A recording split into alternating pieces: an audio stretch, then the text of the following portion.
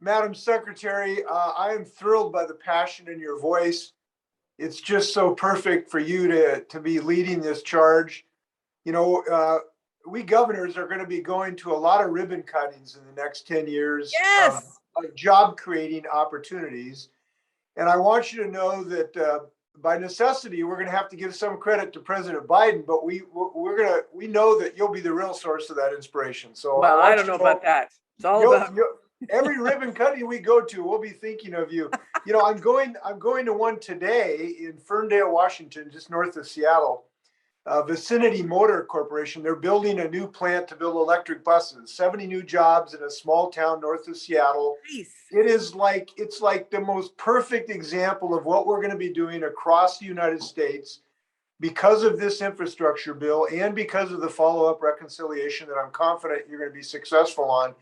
And I got to tell you, I'm thrilled that you're going to have your imprimatur on this great progress. So I'll be thinking of you today in Ferndale, Washington, and Well, the work we're all going to do. You know, you think of this from a global perspective, right? So you're working with other countries.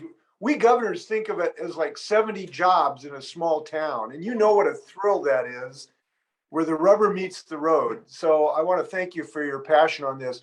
So here's a question. Infrastructure bill, it's going to do a great job. We know that its electric charging station investment is pivotal in the electrification of our transportation system. I feel really good about that. But talk to us about the reconciliation bill. The clean energy standard we know is pivotal to this job creating plan of the president's.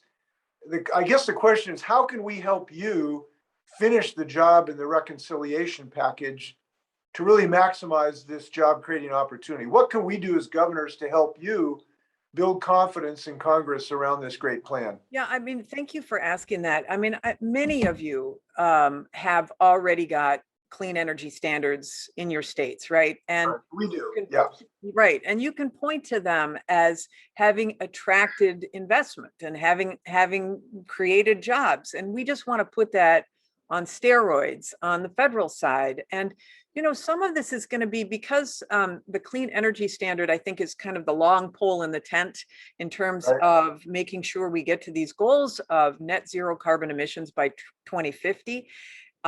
That particular piece, to the extent that Democrats and Republicans can talk to their members of Congress about the importance of it.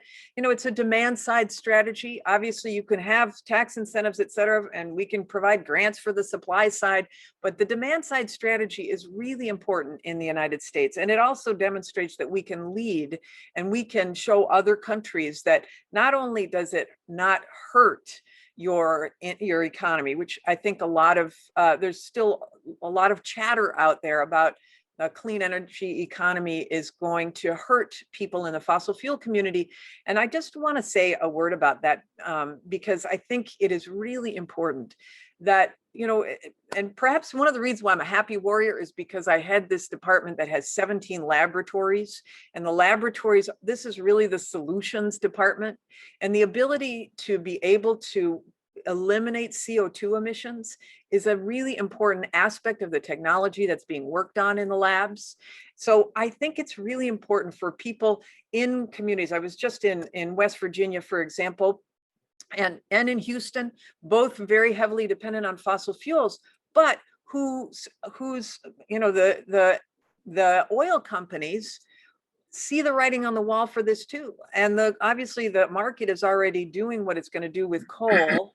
And, even the natural gas world sees the importance of sequestering carbon and certainly eliminating methane emissions. And all of that work of removing carbon, removing greenhouse gas emissions, that all is technology. And that technology requires people to manage it and to handle it, to install it. So those are jobs too. So my point is that I want to take down the temperature on the fear and provide people with really concrete examples of hope for those who are working both in the fossil fuel communities, but also in communities that are frontline communities that may have been left behind or disproportionately affected negatively by CO2 pollution. So I'm really excited about the jobs and the economic development opportunities around these communities. And just for those of you who have those fossil fuel communities in your states, the president has created, many of you may be aware, this intergovernmental working group on coal and power plant communities. There are 25, I want to say 25 communities that have been identified for targeting investment. And so that bipartisan infrastructure framework, for example, really focuses on the demonstration projects for hydrogen, for CCS, et cetera, that can go into those communities to be able to manage carbon. And on the clean energy standard, just really, I want to make sure people understand the importance of linking it to the economy and to jobs. It is such an opportunity for us, and shame on us if we don't take advantage of it. So tell your members of Congress and Governor Inslee, thanks for all the compliments, but you know that this plan was drafted because you inspired it and taken a huge amount of it taken right from your playbook. So thank you for that.